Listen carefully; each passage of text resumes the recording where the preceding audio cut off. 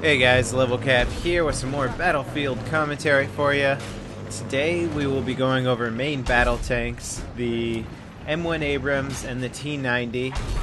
Now, the tanks are really the staple in any army. I mean, they're highly armored, they have amazing guns for taking out armor and infantry, and when you upgrade them, they become very powerful weapons and very frightening, hard to hide from. And as you'll see a little bit later in this video, I'm gonna unlock in game with thermal optics, and thermal optics is basically as good as it is in the helicopter. You can just spot infantry and tanks so easily.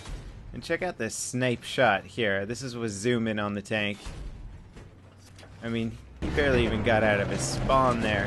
And you have to give up zoom for thermal optics, and this is thermal optics here. And just look how easy it is to see infantry.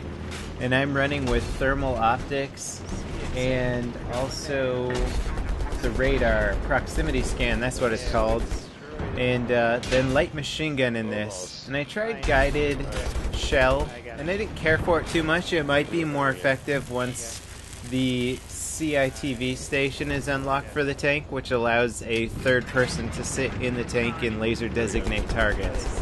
But until then, I'm okay with the light machine gun, regular cannon, and the proximity scanner.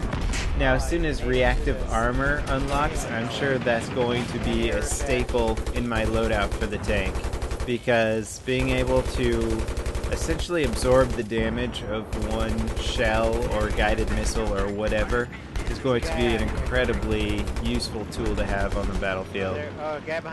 Now, I played around with both the LMG and the HMG upgrade for the tank, and I like them both, to be honest.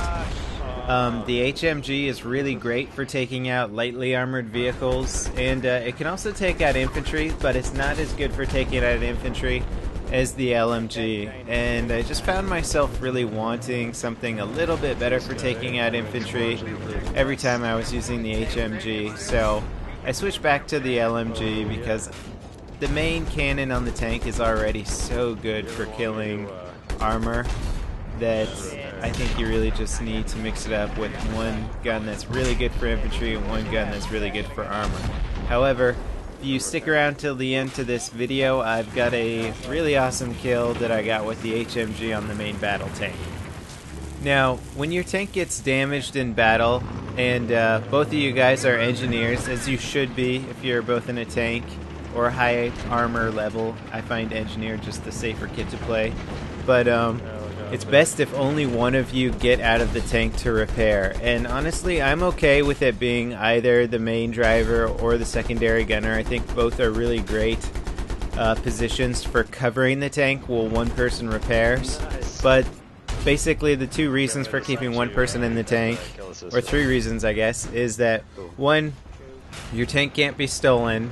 Two, the person repairing is going to get repair points, as they should be, for repairing that tank if somebody else is in it. If nobody's in that tank and they're repairing, they don't get any repair points, and that kind of sucks. And the third reason is so that you can cover the person repairing your tank and shoot anybody who's trying to destroy the tank while it's getting repaired. So try not to have both people bail from the tank unless it's like a crazy dire situation and you think you're gonna die anyway or something. Then you can risk it. Now, I am curious to see what's gonna happen when this game's been out for a few months and there's a lot more people on the battlefield with guided weaponry, because the next unlock I get is the thermal camo, which I guess is supposed to increase the locking time for tracking weapons and stuff like that. So, I mean, I assume there's going to be a lot more locking weapons on the battlefield, but since those are all kind of high-level unlocks, I haven't really needed any sort of anti-lock defense, so it'll be really interesting to see what happens.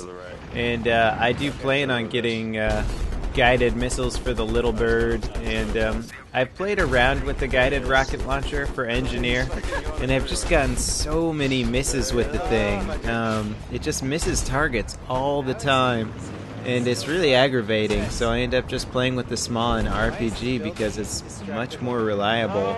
Not to mention the lock-on time is it's a great way to get yourself killed, honestly, because you have to run out into line of sight of the tank, lock on, the tank gets a warning that it's being locked onto, looks around for you, and you better hope that he doesn't see you before you're able to get your shot off, otherwise you're pretty much dead, and I've died plenty of times getting that thing to lock on, so I don't know if the guided rocket is really going to be the way to go for me. Again, we'll have to see what happens when more laser designation technology hits the battlefield, like the snipers and the helicopters, and even other tanks are supposed to get the third person with the laser designator, so it'll be interesting to see what happens. So that does it for this video, guys. Thanks for watching. If you like my content, please hit the subscribe button and the like button, and I'll see you guys next time. This is LevelCaf, signing off. Nothing. Nothing. I don't know what that is.